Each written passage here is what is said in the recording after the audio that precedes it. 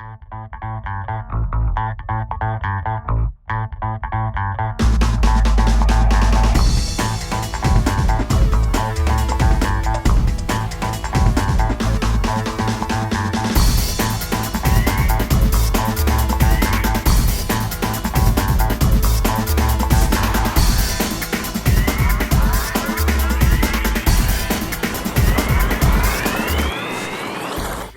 should have been here. It's right, man. That is a freaking toad. Nice one, man. Welcome to another one of my how-to videos. In this segment, I'm going to discuss how to store intruder style flies. We've talked a lot about tying these things, how to fish these large flies. But since we first developed the Intruder, we've always struggled with the perfect system to try to house and store the things.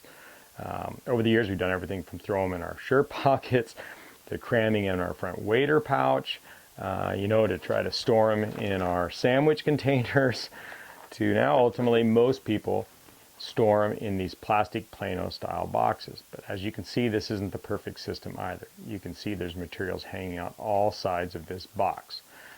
Those of you that have tried, it's nearly impossible to try to close the lid on one of these things without crimping some of your materials somewhere.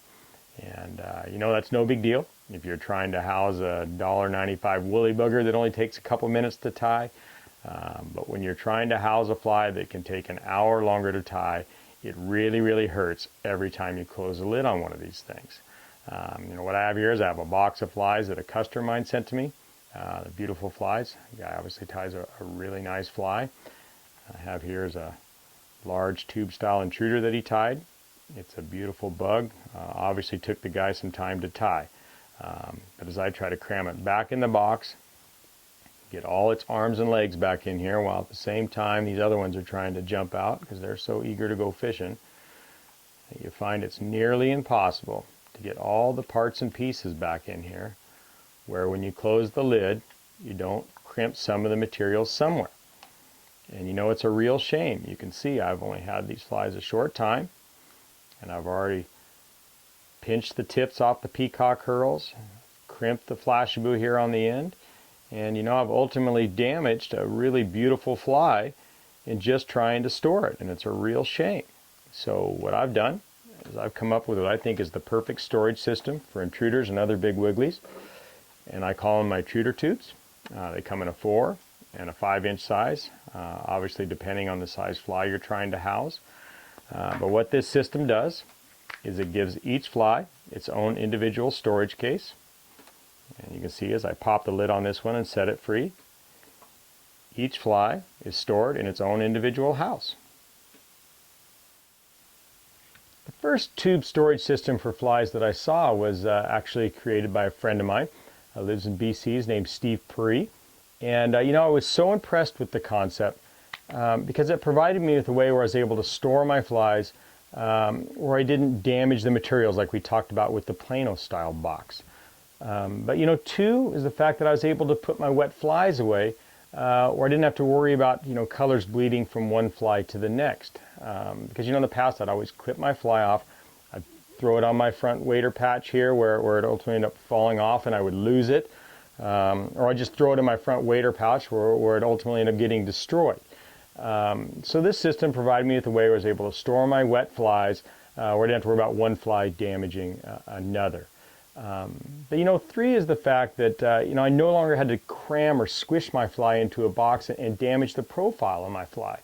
The diameter of these tubes provided me with a way to store my fly where I didn't damage the integrity of that big large silhouette that I'd been working so hard to try to achieve with these intruder style flies. But finally, probably the coolest thing about these tubes is the fact that the fly is hung or suspended by a magnet when it's in the tube. You can see here there's a little magnet on the cap. The fly just kind of clips up onto that. And my fly is stored in a way where it's not resting on the materials and I'm not crimping the tails of my fly. So as you can see, the tubes provide me with a way where I can store my flies where I don't damage them in any way at all. So let's take a look at one of these things.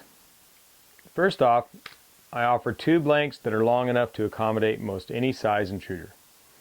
And 2, The tubes are wide enough to ensure that the fly's materials aren't squished. And 3, like we talked about, the fly is suspended by a magnet, so it doesn't matter how the tube is turned, the fly is never resting on its materials. And you know, the tube also has these black plastic rings on them that help position the tubes in the clip that holds 5 tubes. Let me tell you, if you can't get it done with 5 flies, you can probably carry 10, and if you can't get it done with 10, you're probably not going to get it done at all. I know there's some of you out there that fish tube flies that are thinking this thing looks pretty cool, but you know your copper and plastic tubes won't hang from the magnet. And I just want you to know I have a solution for that. And I call them my T-hangers. They're just little magnetic T's. And I'll show you how they work. I'm going to take that same pretty tube fly that guy sent me, and I'm going to insert my T-hanger in the tube. You can see it hangs there like that. Then going to drop that down in my Truder tube. I'm going to shake it to the end. And just like with my Intruders, you can see the fly suspended by the magnet on the lid. I can shake it. Once again, it stays suspended there on the lid. I'll show you. As we pull it out of the tube, our fly is suspended from the magnet in a way where none of our materials are damaged. Problem solved for tube flies. But I do want to show you one little thing here. Put the lid back on this. That this particular tube fly happens to be tied on a tube with a small enough ID that the tube is actually suspended on the pin itself. If you happen to be tying on a tube where the ID is large enough that it doesn't suspend on the pin, you'll simply have to insert our T-hanger from the back end, so when the fly is hanging, it's resting on the T itself. And I'll show you here. Once again, drop it into our Truder tube, shake it to the end, and it's suspended by our hanger once again. In closing, I did want to mention a couple other things. And one is the caps have been fitted with a rubber O-ring, so they do fit snug, but they are very easy to take off. You simply hold the cap with one hand and push it off with the thumb of the other, they pop right off that easy. You don't want to simply try to take the cap and pull it off like this, because what will end up happening is the tube will go one way and the cap will end up in the water.